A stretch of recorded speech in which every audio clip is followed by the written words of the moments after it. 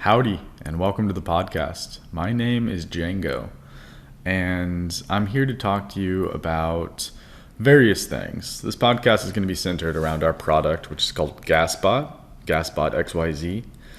But I'm just here to kind of share some ramblings and random things about crypto in general, about DeFi, security, auditing, and stuff. And, I'll sprinkle in some stuff about Gasbot as well, because we've built a really cool thing that I'd love to share. But for now, I'm just going to talk and see if we make several episodes, see how far we go with it. But it's going to be a pretty freeform thing, just going to speak my mind. And if you like it, that's awesome. Stick around. So yeah, I'll back up. My name is Django. I've been in crypto for a few years now. I got into it with the whole GameStop debacle that occurred, the end of 2020? Yeah, that was crazy, if y'all remember that. I think a lot of people entered crypto at that point because, it was awful to see how a centralized party can just mess with so many people and take away their opportunities, basically just take it right from their hands. So I think a lot of people, including myself, bought their first crypto at that point. The first thing I bought was Bitcoin, obviously, as most people do. And then started getting into altcoins as well. Just trading, just trying to make a profit. And I lost a good amount of money. Even in that bull market, I lost some money. Because I was just speculating and paper handing it and just doing everything you don't want to be doing as a trader. And I learned that trading wasn't for me.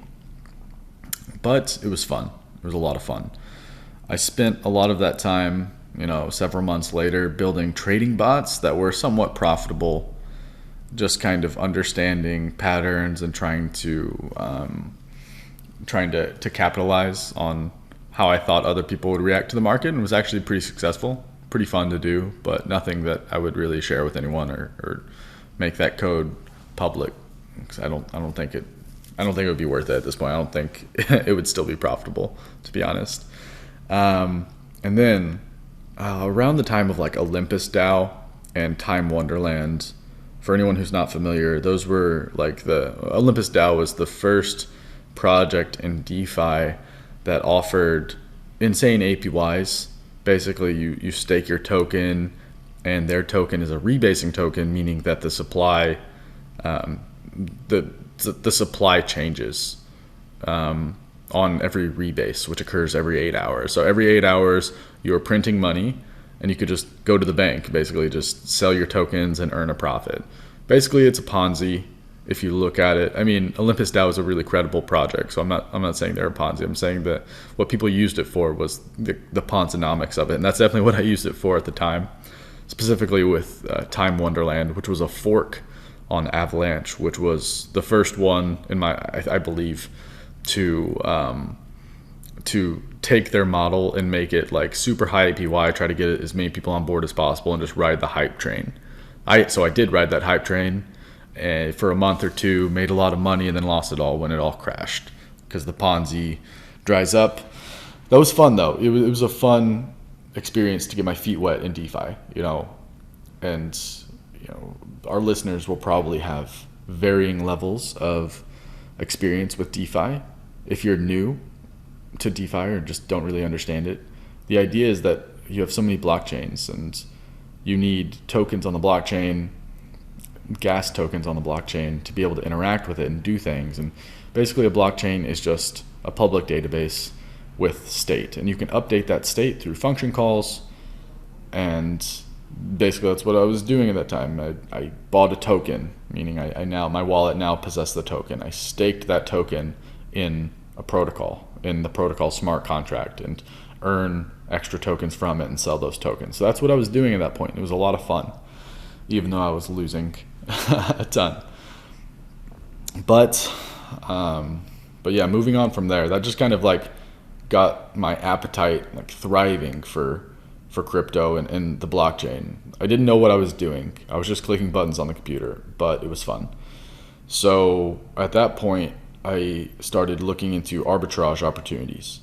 I got into some of the smaller chains. I was really big into the Phantom chain at that point, and I was doing some trying to figure out how to write a bot that could do arbitrage, and I was successful at that. I just wrote a Python script to trade between different stable coins based on various exchange rates between that stable coin and various tokens. And yeah, that was successful. Made several $1,000s from it, and I still didn't know what I was doing. If I knew what I was doing, it'd be wildly successful. And I wish I did, but you know what? That's the path. I didn't at the time. But my interest was still piqued, and at that point, I got into auditing. Auditing is the act of looking at the smart contracts code, usually written in Solidity, and looking for vulnerabilities. Looking for where the developers of the contract either messed up or overlooked something. And I found that to be wildly fun. It was, it sounds boring. It sounds so boring, but it's so much fun.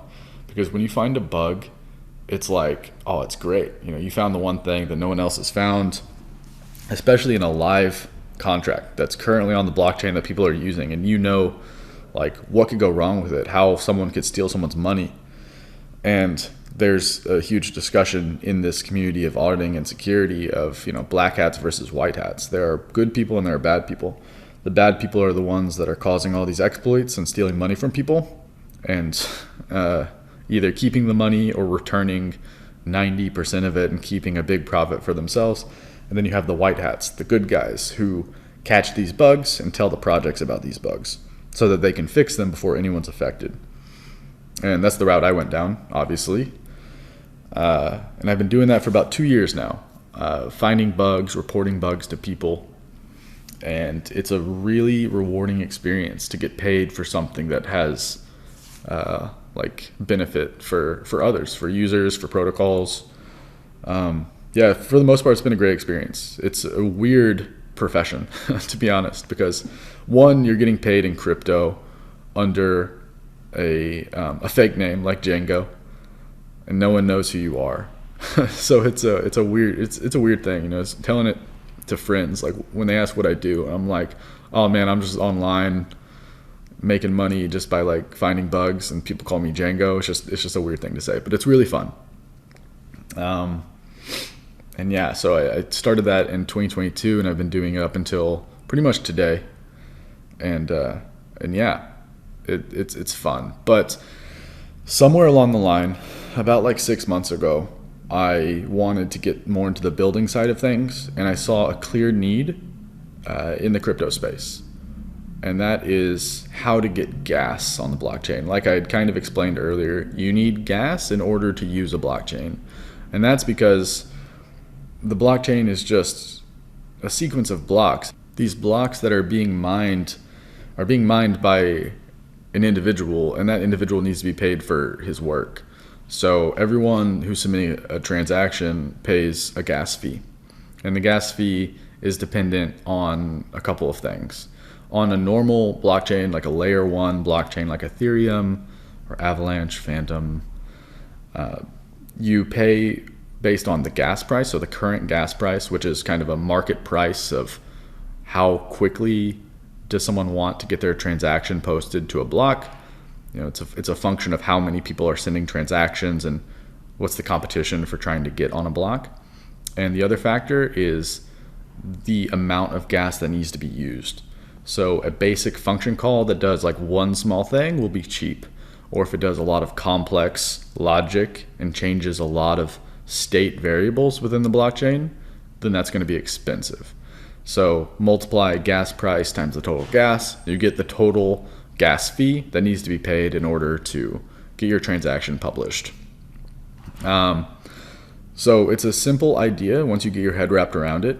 But what was difficult for me was obtaining gas. How do you get gas? Most people on-ramp onto a blockchain through a centralized exchange.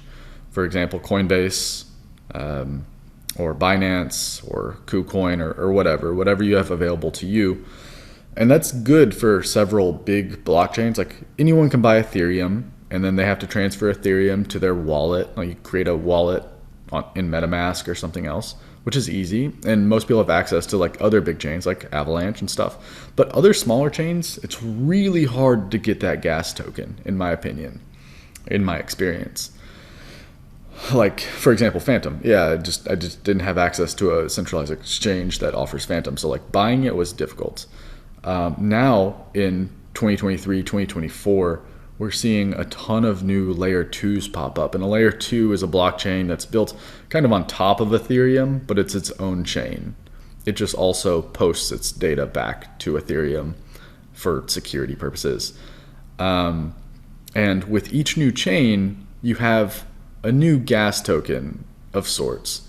Like, for example, popular layer 2s like Optimism, like Base, Arbitrum, they all require Ethereum on their network. So you need to find a way to get Ethereum on Base, Ethereum on Optimism, for example. And that offers more issues. Like, for example, you're going to find way less centralized exchanges that allow you to withdraw to Optimism, for example.